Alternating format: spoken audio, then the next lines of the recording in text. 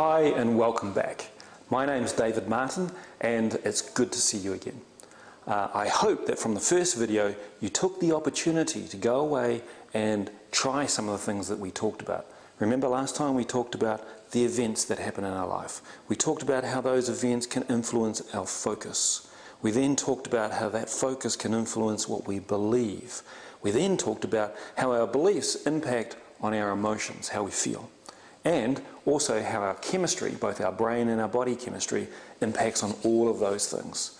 Now, when you put those together, that whole bundle of things, they all determine how we behave. In other words, they determine what we do, how we act, how we react, and how others react to us and what we attract.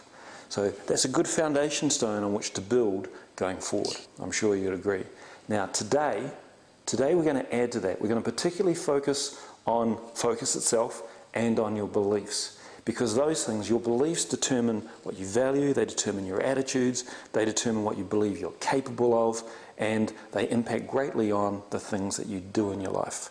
Okay, so if we want to change your results, then those are the areas that would be really useful for you to understand, know, and be able to master. I'm sure you'd agree.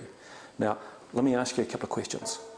Are there things in your life, are there times in your life where you find yourself saying, hey, I could never do that, or that's not for me, or no, somehow that's wrong. You know, when you say that to yourself, or when you say that out loud, what's actually happening is you're expressing a belief.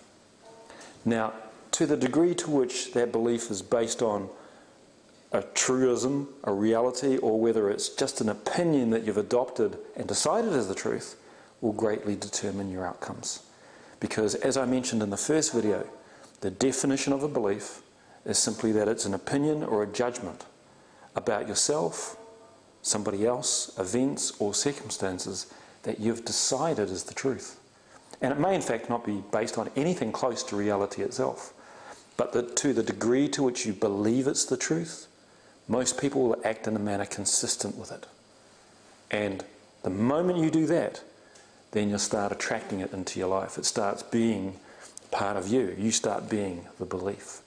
Okay, so one of the things we're going to focus on today is how come some people get better results than others. You know, in the last 20 years of working with people to help them to become more prosperous, to help them become more successful, whatever that means for them, is people will ask me, you know, how come that person seems to be happier, healthier, or wealthier than I? How come they did that? You know, were they born into money? What's the secret? And it's a great question, isn't it? Because if you know the answer to that question, you're going to be able to enjoy the same, if not similar results to the results they're getting now, aren't you? Okay, so let me begin to explain how they do that so that you can do it too, okay? Now, the first part around beliefs is simply this. Remember, a belief is an opinion or a judgment about yourself, other people, events or circumstances, or the world around you that you've decided is the truth. Now here's the thing, it may not be true at all, it might not even be based on reality or fact, but to the degree to which you decide it's true, it will become true for you because people act in a manner consistent with their beliefs. Now here's the thing. And if we're talking about success, whatever success means for you, whether it means financial success, whether it means feeling good about yourself, whether it means feeling confident, feeling happy, feeling loved rather than lonely, being debt-free, all of those things, running a great business, whatever you believe to be true about yourself, if you know how to do that, then here's the secret here. And it comes like this. Now this is a formula that I've developed over the last 20 years working with thousands of people. The first part goes like this. Your thoughts. Your thoughts. Now let's think about that. Your thoughts are made up of the pictures and images that you have on the screen of your mind. Now what do I mean by that? Let me give you an example. If you drive a car, just right now, picture what that car looks like.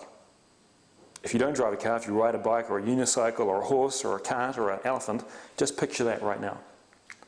Now you could do that, couldn't you? And I'll bet that you could do that instantly. Now I've got another question for you. Is that picture in colour or in black and white?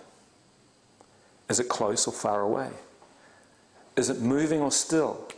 Is it three-dimensional or flat like a photograph? That's interesting, isn't it? Because however you represent that to yourself, in that instant, that part of the belief around what your vehicle, your way of travelling, goes by, then that goes by that picture, that image. Okay, so that's part of your thoughts. Now another part of your thoughts, in terms of your evaluations and your generalizations or your judgments around something, is then how you feel about it. Now, your feelings will go on a scale, and let's say that on the bottom of the scale is fear. Let's say that's followed closely by guilt. Let's say that's followed by resentment. Let's say that that's followed by apathy. Let's say that that's followed by I don't care. Let's say that's followed by boredom. Let's say that that's followed by mild interest. Let's say that above that is real interest. Let's say above that is ecstatic interest. Let's say above that is happiness, joy, and maybe even a feeling called freedom. So you'll have a scale of activity. So think about this. However you represent your thought or your belief, and whatever feeling you attach to it, will either add to or take away from your capabilities, your resources, your natural state, your natural ability, your natural talent. Because if you've got a great thought attached to an unuseful feeling, that's going to shut down what you can actually do. It's going to shut down what you believe you can do. Does that make sense? And that is going to impact on your outcomes or your results or the way you behave. Okay, so your thoughts multiplied by your feelings will either add to or subtract from your skills and capabilities, and those will determine your outcomes. That makes sense, doesn't it? Okay, so the reason I mention that is because if we think about a continuum, we draw it like this. So we've got life moving along, you know, and we might do things in a way that we call or consider normal. In other words, our status quo. So let's pick a thing. We might think, okay, normally for me, my level of health, let's say, is here on a continuum. Okay?